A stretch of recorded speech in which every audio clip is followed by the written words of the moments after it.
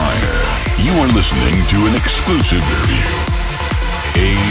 ASOT, A State of Trance. What's up and welcome to a new 10 Questions With, and this week a very special guest releasing her first compilation called Follow Me in the studio with me right now. Nifra! Hi! How are you doing? Really good, thank you. You ready for the questions of the fans? Of course, Okay, let's do it.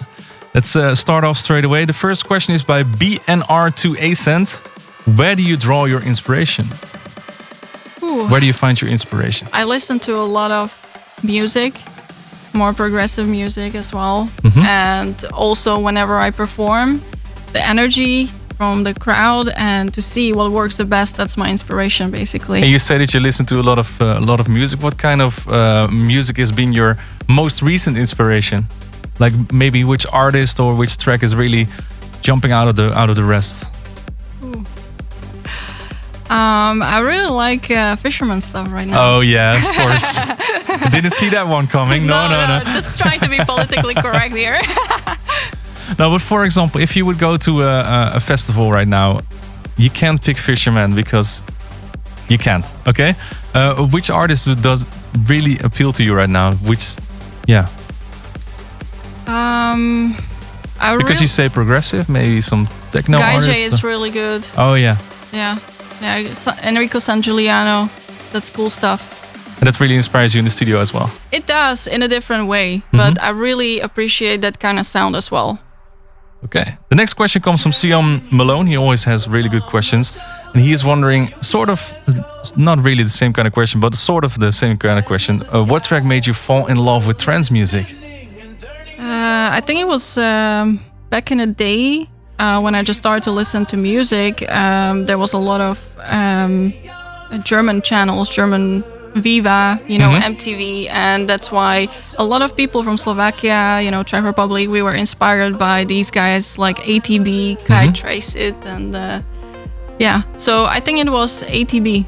So the little Nifra was watching TV. Yeah, I was like seeing ATV. I was like 13 years old, literally. That's when I started to listen to, And those are your music. first vivid memories of listening to trance music. Yeah.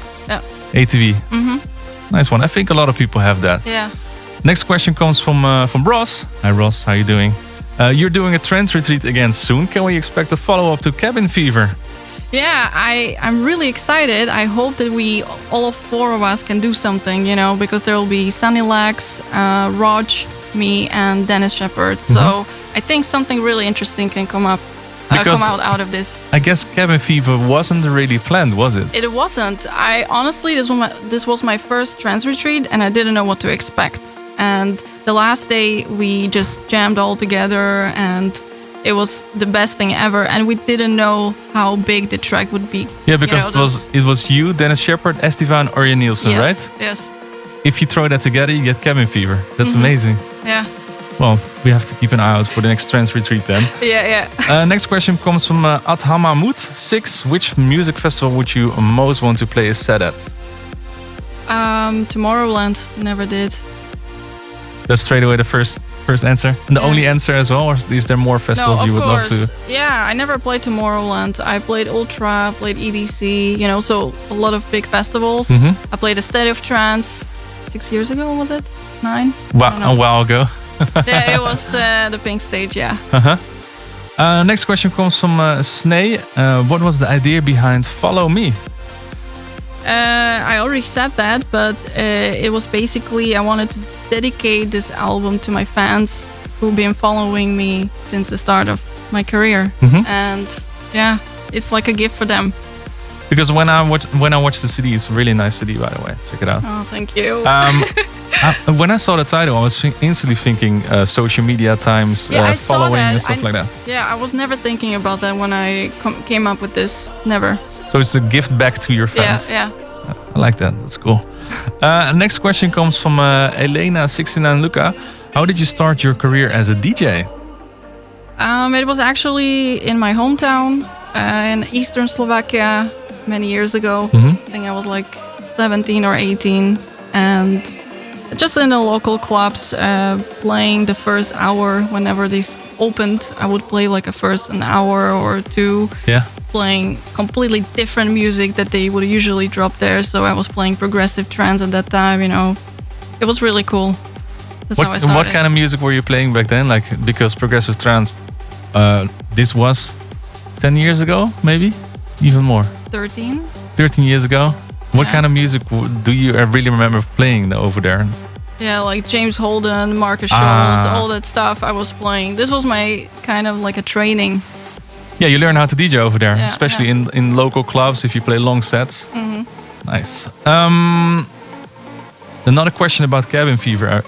El Generalissimo, I'm curious about that as well. What was the process to create Cabin Fever like? Because I sat in the studio with Estiva. He works on Fruity Loops. Yeah. Orion works in Cubase. You work in Ableton. Dennis Shepard probably works in Logic, Cubase, I think. I don't know.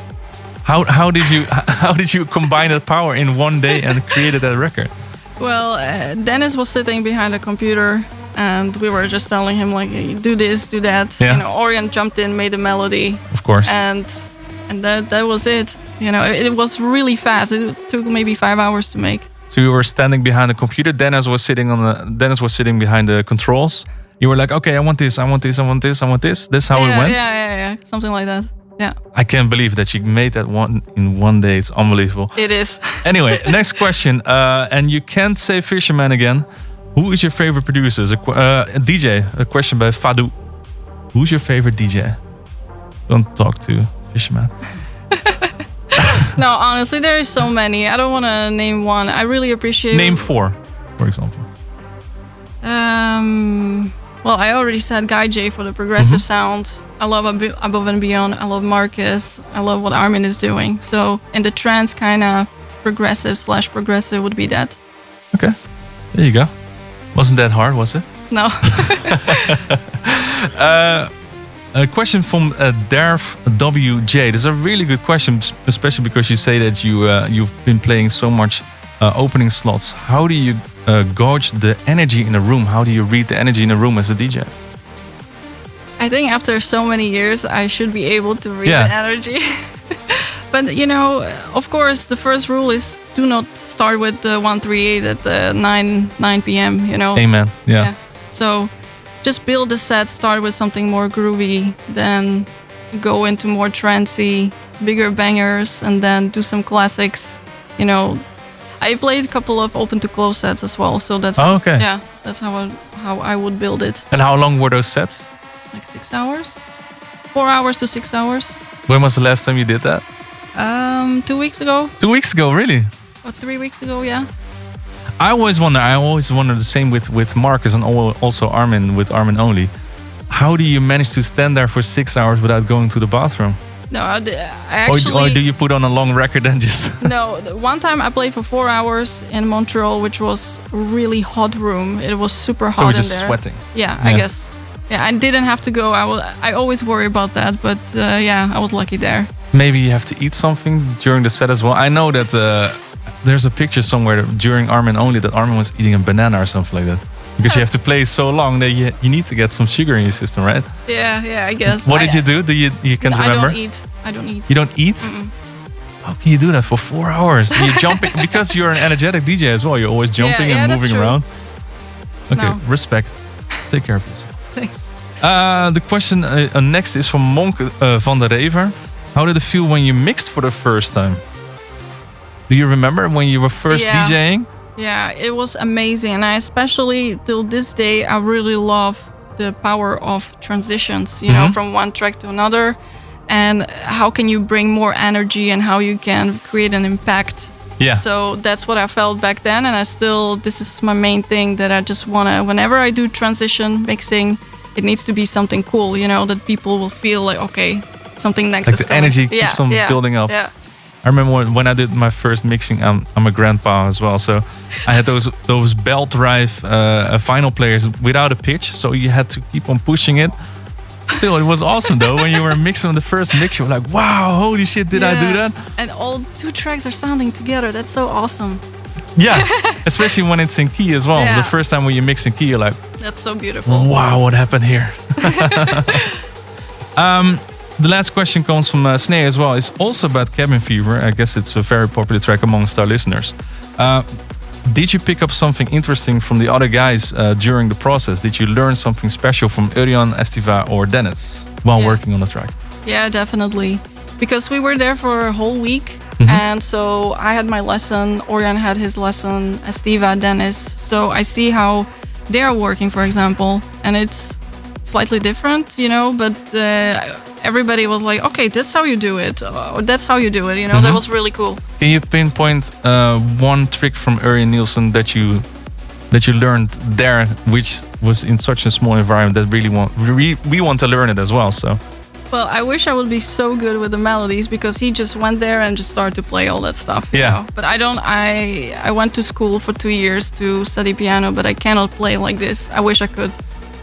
So yeah.